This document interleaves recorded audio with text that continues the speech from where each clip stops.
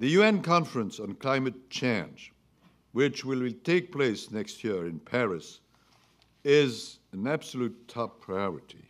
The goal is to achieve a post-2020 agreement that should include all countries and be legally binding.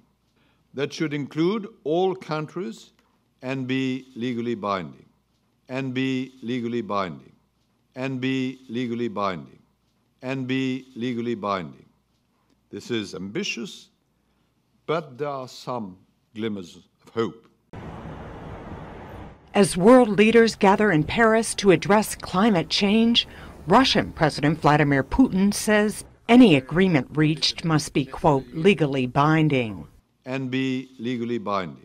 It is of principal importance that the new climate change agreement builds on the framework of the United Nations Climate Convention. It should be one that is legally binding. And be legally binding. In its implementation, the participation of developed and developing countries, this agreement should be comprehensive, effective, and equal for all participants. They are presenting to the world confirmation that they are working on those targets, meeting on those targets. So there's a single transparency mechanism that all countries are adhering to, and that those are legally binding.